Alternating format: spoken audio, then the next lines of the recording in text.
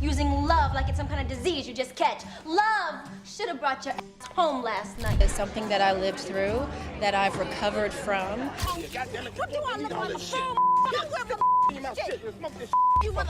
Halle Berry and Wesley Snipes were both big stars in Hollywood. But something happened between them that Halle never forgave. There are reports that Wesley Snipes allegedly hurt Halle Berry so badly that she lost part of her hearing.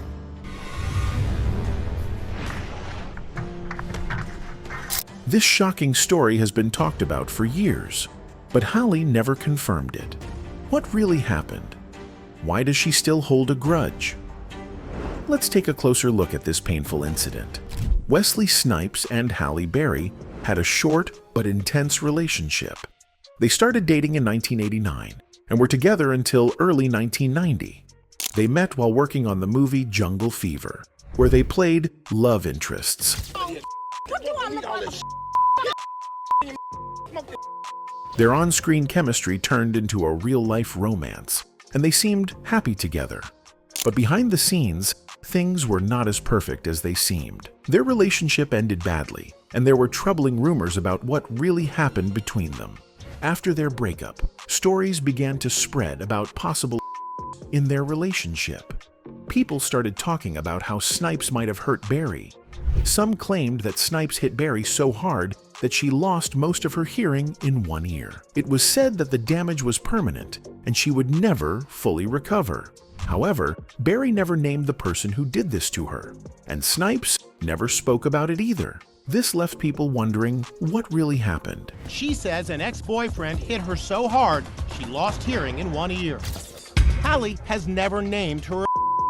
Halle Berry later shared in interviews that she had been in an relationship with a man who hit her. She said the attack was so violent that it caused her to lose 80% of her hearing in one ear. She also said she walked away from that relationship and never looked back, but she never revealed who the man was. Many people believed it was Snipes, but there was no clear proof. Over the years, different names were connected to the rumor. Some thought it was her ex-husband, baseball player David Justice. If it was me, then say it. Say it then. Say it. Others believed it was R&B singer Christopher Williams, whom Berry dated in the early 90s. People kept guessing, but nobody knew for sure. In 2004, Christopher Williams spoke up to clear his name. He said he was tired of being blamed for something he didn't do. He told a news website that Wesley Snipes was the real person who hurt Berry. He wanted people to stop pointing fingers at him. His statement made headlines, and people started looking at Snipes again. David Justice also wanted to set the record straight. In 2015, he went on Twitter and denied ever hurting Berry. He said that people unfairly blamed him because Berry never named her. He also said that Berry and her team never tried to stop the false rumors. He hinted that the real person had the initials WS, which made people believe he was talking about Wesley Snipes. Wesley never directly addressed the rumors. He did not confirm or deny them. Some people saw this as a sign that he might be guilty, while others believed he was just staying silent to avoid drama. Whatever the truth may be, the story remains a mystery. But if you know what they went through to get that movie made, it is an A+. The fact that that movie exists puts it above Citizen Kane. The fact that they, with all the craziness that went down. When it comes to his career, Wesley is one of those actors who has a history of being difficult to work with. One of the biggest stories about him comes from the making of Blade, Trinity, the third movie in the Blade series. The craziness that went down. We were in Vancouver, and Wesley Snipes was going crazy, and he wouldn't come out of his trailer. Many rumors say that Snipes refused to open his eyes for an important scene. This forced the production team to use computer effects to make it look like his eyes were open. But is that the whole truth? The scene in question happens at the end of the movie. Blade is lying on an autopsy table.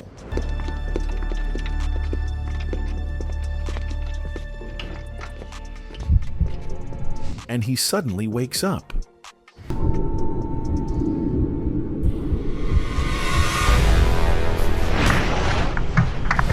The The director, David Goyer, said on the DVD commentary that Snipes refused to open his eyes for the shot.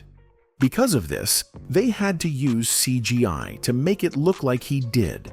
If you watch the movie closely, you can see that his eyes don't look natural in that scene. This has led many people to believe Snipes was being difficult and refusing to cooperate. However, there is more to the story.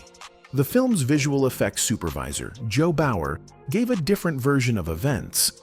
He said he didn't even remember if Snipes was still on set when that scene was filmed. He suggested that it may have been Snipes' stunt double who shot the scene, not Snipes himself. This means that the CGI eyes were not necessarily because Snipes refused to open his eyes. It might just be because the double's eyes didn't match Snipes. There's another reason why Snipes may not have been in that scene. He and David Goyer had a terrible relationship during filming. After a while, he resorted to just he would communicate with Post-its that he would give to the director, and each one he would sign Blade. Snipes was unhappy with the script and the choice of director. Originally, another director was supposed to make the movie, but the studio replaced him with Goyer. Snipes protested this decision, but he was overruled. From that point on, he was not happy about how things were going. He refused to shoot certain scenes, forcing the filmmakers to work around him. They had to use stand-ins, computer effects, and other tricks to make it look like he was there when he wasn't. Patton Oswalt, one of the actors in Blade, Trinity, later talked about how bad things were. He said that Snipes was always in character, even when the cameras were off. He would only answer to the name Blade. You couldn't call him. He would only answer to The Blade, yeah. He refused to talk to anyone except through notes, which he signed as Blade.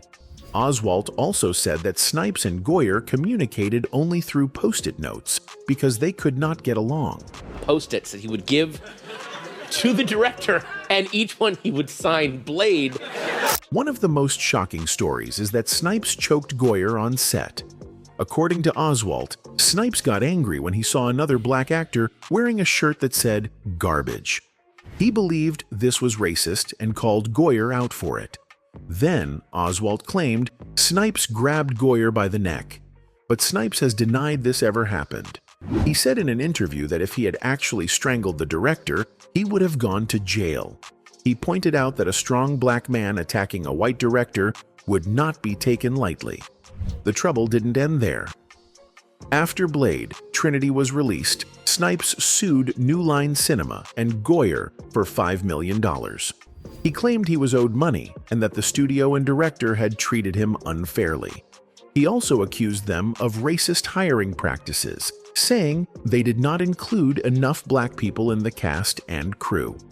The lawsuit was settled in private, so no one knows exactly what was agreed upon. Goyer later said that making Blade, Trinity, was one of the worst experiences of his life.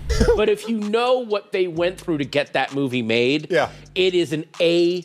The fact that that movie exists puts it above Citizen Kane. The fact that they, with all the craziness that went down... There were also reports that Snipes refused to interact with his co-stars.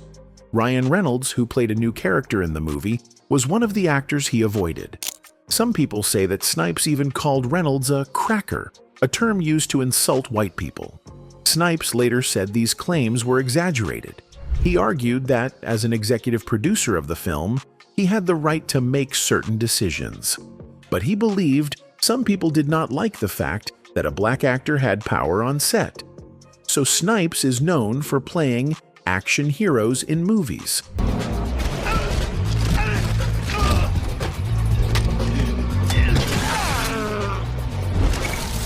But in 1994, he got some real-life action.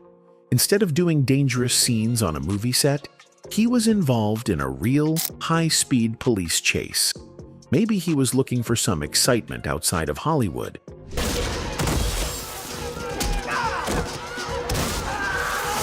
Maybe he thought he was too famous to get caught. Some people even wondered if he was under the influence of something, but that was never proven. One night, around 9:30 p.m., a Florida Highway Patrol officer saw a motorcycle speeding past him. The bike was a powerful 1100cc Kawasaki, and the rider was going way too fast. The officer tried to stop him, but the motorcycle just kept going. The rider didn't slow down, and soon, police from different areas joined the chase. It was Wesley Snipes on the bike, and he was racing down the highway at over 120 miles per hour. That's faster than most cars can even go. The chase lasted for 30 miles, with patrol cars and even helicopters trying to keep up with him. About 10 miles into the chase, police saw something strange. Snipes slowed down just a little and tossed something onto the side of the road. Officers later described it as being the size of a baseball. Then, he sped up again, trying to escape. Even the helicopters had trouble following him because he was going so fast. It was like something out of an action movie, but no matter how fast he was, he couldn't outrun the police forever. The chase finally came to a dramatic end near Jupiter, Florida. As Snipes tried to take an exit ramp, he lost control of his motorcycle and crashed. He was thrown off the bike, landing hard on the ground. But the police car behind him was so close that the officer didn't have time to stop. The patrol car hit Snipes' fallen motorcycle, setting off its airbag. Luckily, Snipes wasn't seriously hurt. He refused medical help, even though he had just been in a dangerous crash. As soon as the crash happened, an officer jumped out of his patrol car and pointed a gun at Snipes. The actor, still shaken from the crash, said, "Don't you know who I am?" He probably thought that being famous would help him get out of trouble. But the officer didn't care. He told Snipes to get on the ground immediately. The actor had no choice but to obey. Later, Snipes' publicist explained what had happened. He said that Snipes was in Florida to visit his family. At the time of the chase, he was heading back to Key Largo, where he was filming the action movie Drop Zone.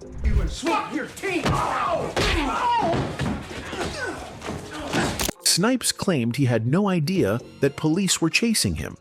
He said he was just pulling over to get gas when his bike crashed. But the police had other questions. What about the object he threw during the chase? Officers brought in police dogs, and they found a package wrapped in tape on the side of the road. Inside the package was 3 ounces of marijuana, but there was no proof that Snipes was the one who threw it. Because of this, he wasn't charged with drug possession. Instead, he was charged with reckless driving. The police were not happy about the whole situation. One officer later said that Snipes had put their lives in danger. He said it was not something they took lightly, but Snipes didn't end up in jail. Instead, he pleaded guilty to reckless driving and received a unique punishment. He had to do 80 hours of community service and pay $7,150 in court fees. His community service was a bit unusual. Snipes was ordered to give lectures about AIDS awareness at a community college. But the most interesting part of his punishment was that he had to take part in a mock murder trial for students. This was a summer program where kids learned about the legal system. Imagine being a student and having a Hollywood action star acting as a witness in your class. It must have been a surprising experience. This wasn't the first time Snipes had trouble with motorcycles. The year before, in Los Angeles, he crashed another bike. A bystander who saw the accident noticed that Snipes had a 9mm gun in his jacket. He did have a license for the gun in Florida and had registered it in California. But there was a problem. He didn't have a concealed carry permit for Los Angeles.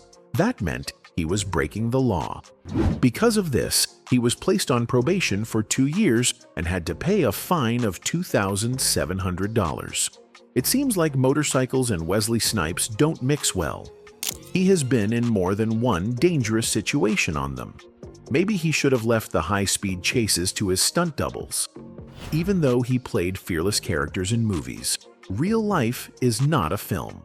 When you speed away from the police, there are real consequences. Snipes was lucky he wasn't badly hurt or sent to jail. But this wild night in Florida became a story that people still talk about today. In 2008, Snipes was found guilty in Ocala of failing to file income taxes for a 3-year period in which he earned just under $40 million. Wesley also got into big trouble with the government because he did not file his taxes for several years. The government says that everyone who earns money in the United States must pay taxes. But Snipes did not send in his tax forms for many years. Because of this, he was taken to court and later sent to prison. Big developments in the Wesley Snipes tax evasion case. Today, the U.S. Marshal in Orlando ordered the actor to report to prison next week. This latest move comes 2 weeks after a similar order from a federal magistrate in Ocala. It all started when the government charged him and 2 other men, Eddie Ray Kahn and Douglas P. Rosiel, with trying to cheat the U.S. government. The government said Snipes worked with these men to file false tax forms. They said he tried to get back millions of dollars in refunds that he was not supposed to have. Snipes also sent fake documents to the IRS, which is the part of the government that collects taxes. His lawyer said that he believed he did not have to pay taxes because of a legal argument called the 861 argument. This argument claims that U.S. citizens do not have to pay taxes on their income. But the government does not accept this argument, and many people who have tried to use it have been punished. His legal team has indicated they may take the repeal of Snipes' conviction to the U.S. Supreme Court. And just today, Snipes' legal team filed with the U.S. 11th Circuit Court in Atlanta. Snipes even wrote a letter to the court saying that he was not really a U.S. citizen, even though he was born in the country. He was trying to argue that the tax laws did not apply to him. The court did not accept this argument, and the case continued. When Snipes went to trial, he was lucky in one way and unlucky in another. He was found not guilty of the most serious charges, which could have put him in prison for many years. However, the court did find him guilty of not filing his tax returns for 3 years. These were misdemeanor charges, which are not as serious as felonies, but they still come with punishment. The judge decided to give Snipes the maximum sentence, which was 3 years in prison. Wesley Snipes gets 3 years behind bars. He was sentenced Thursday on misdemeanor tax charges. The other 2 men in the case, Kahn and Rosiel, were not as lucky. They were found guilty of more serious crimes and got even longer prison sentences. Kahn was given 10 years in prison, and Rosiel got 4.5 years. The court said they were the main people behind the plan, and Snipes followed their advice. Snipes did not want to go to prison, so he tried to fight the court's decision. He took his case to a higher court, but they did not agree to change his sentence. He even asked the U.S. Supreme Court to look at his case, but they refused. Woody Harrelson and Denzel Washington also wrote letters on his behalf. The judge, though, said Snipes showed a history of contempt for tax laws and granted prosecutors the maximum 3-year sentence. So actor Wesley Snipes has received the maximum sentence. Prosecutors had pressed for that maximum sentence of 3 years because Snipes did not file his taxes for 3 years. And moments ago, the judge agreed with it. In December 2010, Snipes went to prison to begin his sentence. He was sent to a federal prison in Pennsylvania, where he stayed for most of his time. He did not have to serve the full 3 years. After 28 months, he was allowed to leave prison and serve the rest of his time under house arrest. In April 2013, he was finally free. Even after he was released, Snipes still had tax problems. The IRS said he owed a huge amount of money, about $23.5 million. He tried to make a deal with them to pay less, but they refused. The court ruled that the IRS had the right to collect the full amount. I thought you said, because that's what I got right now, nothing. $1 million a week, bitch! Wesley has also had many struggles in his life. He is not just an actor, he has done many different things, including starting a business, writing books, and even getting into trouble with the law. His journey has been full of ups and downs, success and failure, and both good and bad experiences. In the late 1990s, Wesley Snipes and his brother started a security company called the Royal Guard of Amen-Ra. This company was made to protect important people by giving them trained bodyguards. These bodyguards knew how to fight and had experience in law enforcement. The name Amen-Ra was also used for Snipes' film company. In 1996, his film company produced its first movie, called A Great and Mighty Walk, Dr. John Henrik Clark. In the early 2000s, Snipes' business was investigated because some people thought it had connections to a group called the United Nuwaubian Nation of Moors. This group was controversial, and people questioned Snipes' interest in them. It turned out that Snipes had wanted to buy a large piece of land near their property in Georgia. He had plans to use the land for his business academy. Some people noticed that both Snipes' company and the group used symbols from Egyptian history. However, in the end, Snipes and his brother did not buy the land. Instead, they set up their business in different places, including Florida, Antigua, and Africa. Snipes was not just a businessman and actor. He also had an interest in martial arts. In 2005, there were talks about him fighting Joe Rogan, the host of Fear Factor, in a mixed martial arts match. Please. Oh my God! And then all of a sudden they start going at it, and I was like, all right, I gotta break this up because Joe's gonna kill him. However, this fight never happened. Despite all of these activities, Snipes had many problems in his life. One of his biggest issues happened in 1991 when he was arrested by the LAPD. Snipes was driving a car that belonged to his own film company, Amen-Ra Films.